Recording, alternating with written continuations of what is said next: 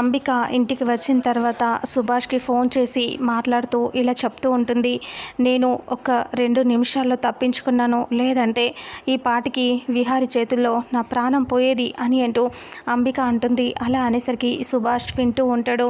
అయితే నేను మళ్ళీ నీకు టచ్లోకి వస్తాను, ఇప్పుడు ఉంటాను అని చెప్పి ఫోన్ పెట్టేస్తుంది. వెనక్కి తిరిగి చూసేసరికి లక్ష్మిని చూసి షాక్ అవుతుంది. లక్ష్మి అంబిక మాటలు వింటుంది.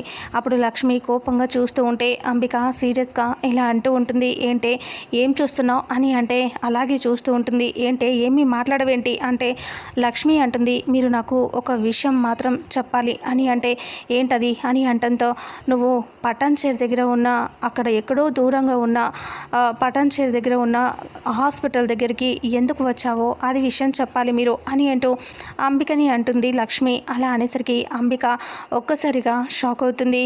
అప్పుడు లక్ష్మి ఇలా అంటుంది, చెప్పాలమ్మా అసలు మీరు ఎందుకు వచ్చారు అక్కడికి? విహారీ గారు మీ అన్నయ్య గారు చావు వెనుక ఉన్న రహస్యం ఏంటో తెలుసుకోవాలని అక్కడికి వెళ్ళారు, మరి మీరెందుకు వచ్చారో చెప్పాలి అని అంటూ లక్ష్మి అంటుంది. అప్పుడు అంబిక టెన్షన్ పడుతూ ఇలా అంటుంది, నాకు నిజంగా తెలియదు, విహారీ ఎందుకు వచ్చాడో నిజంగా నాకు తెలియదు అని అంటూ చెప్తూ ఉంటుంది. చెప్పేసరికి ఒక్కసారిగా షాక్ అయిపోయి అలా సీరియస్గా చూస్తూ లక్ష్మి ఇలా అంటుంది, మీకు నిజంగా తెలియకపోతే పర్వాలేదు, ఒకవేళ తెలిసి ఆ విషయంలోనే మీరు అక్కడికి వచ్చారు అంటే నిజంగా నేను మాత్రం ఈసారి ఊరుకోను. విహారీ గారికి ఇంతకుముందు జరిగినవన్నీ నేను చెప్పలేదు మీ విషయంలో. ఏదో చిన్నవి అంటే అవి పెద్దవి అయినా సరే ఫ్యామిలీ కదా, విడిపోకూడదు అని చెప్పలేదు. కానీ ఇప్పుడు మాత్రం చెప్పకుండా ఉండలేను, ఎందుకంటే ప్రాణం విషయం కదా అని అంటూ లక్ష్మి అంటుంది.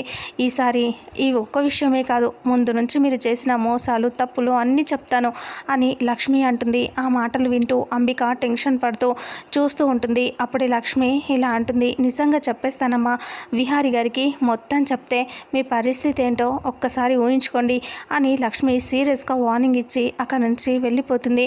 అంబిక టెన్షన్ పడుతూ ఉంటుంది. ఇక లోపలికి వెళ్ళిన లక్ష్మికి సహస్ర ఏం చేస్తుంది, ఏం గొడవ చేస్తుంది అనేది రాబోయే నెక్స్ట్ ఫుల్ ఎపిసోడ్లో తెలుసుకుందాం.